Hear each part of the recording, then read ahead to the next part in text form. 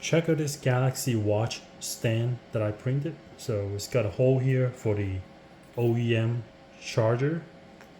What you do is you route the USB cable through the hole like this, and then make sure the magnetic side faces out and snap that into place, and you can route the cable back here. You plug it in to USB block.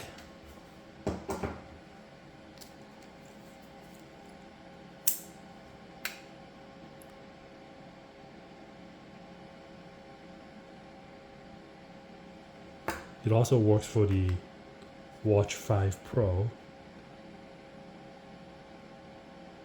And I'm sure they'll probably work with the Watch 6 and the later version of the watches as well.